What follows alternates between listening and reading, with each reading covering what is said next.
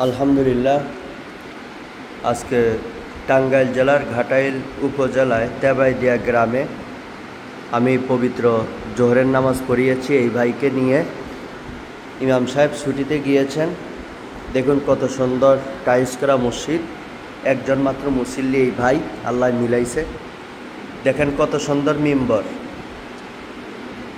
ভাইকে জিজ্ঞাসা করলাম, ইমাম সাহেব কোথায়? বলে ছুটিতে।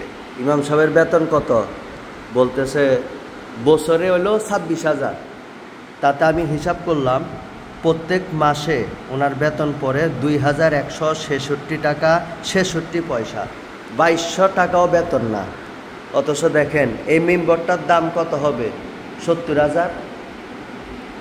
এই হলো আমাদের অবস্থা। আল্লাহ তাআলা আমাদের সবাইকে হেদায়েত দান করুন, আর প্রত্যেকটি মসজিদে আল্লাহ মুসল্লি দিয়া ভরপুর করেন। বলেন আমিন।